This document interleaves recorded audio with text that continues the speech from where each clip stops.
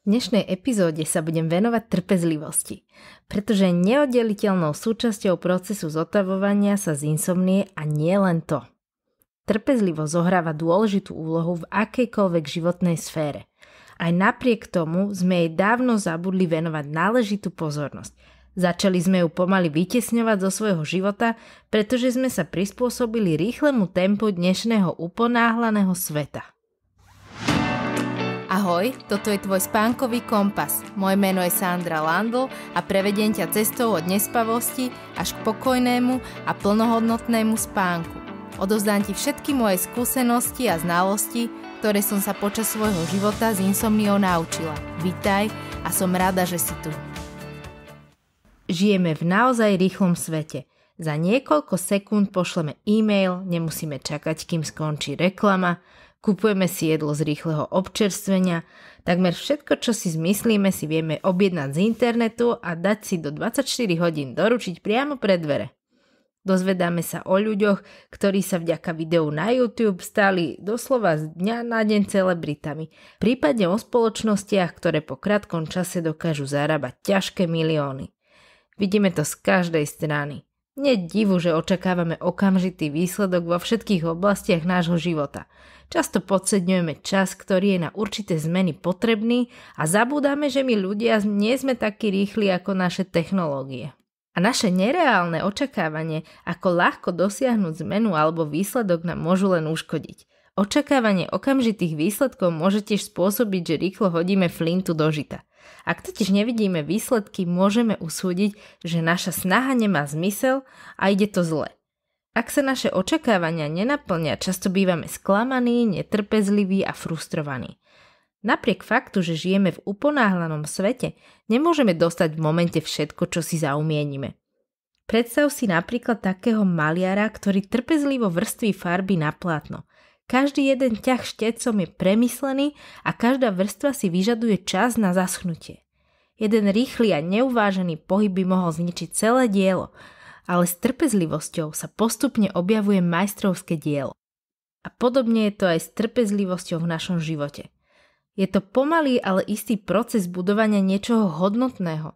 Nech sa jedno o akúkoľvek sféru života vrátane kvalitného spánku. Ak budeme očakávať okamžité výsledky, môžeme sa pripraviť na sklamanie.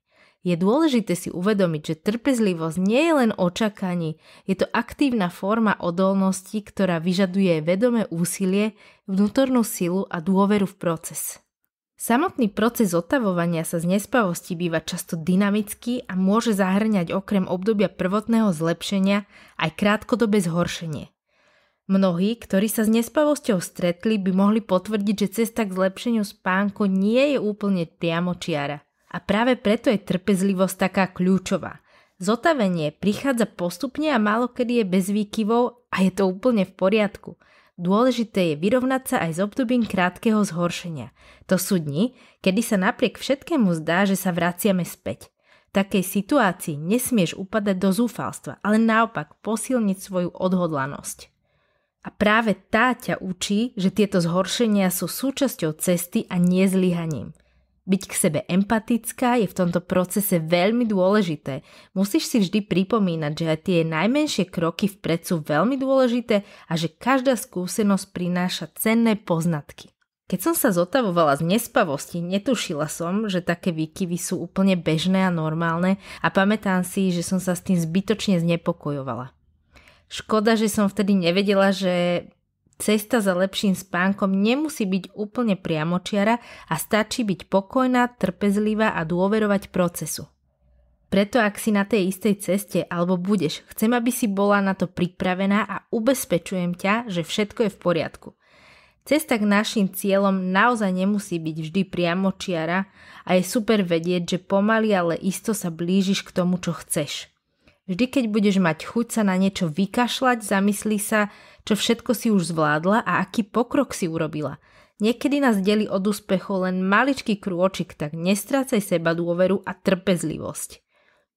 Každý jeden, nech je akýkoľvek malý, nás posúva bližšie k našim cieľom. Aj keď sa niekedy zdá, že napredovanie je pomalé, každodenné úsilie sa zúročí. Neustále si pripomínaj, že každý neúspech je len dočasný a poučenie z neho ťa posilní.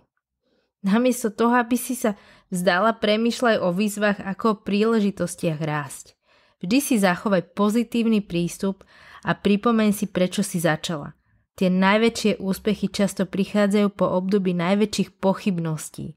V čase, keď sa cítiš najslabšia, môžeš objaviť svoju najväčšiu silu.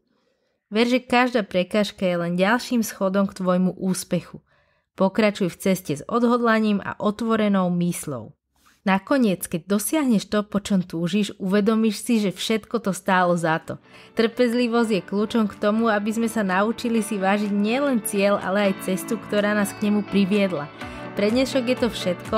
Ďakujem za tvoju pozornosť a prajem ti veľa trpezlivosti a počujeme sa na budúce.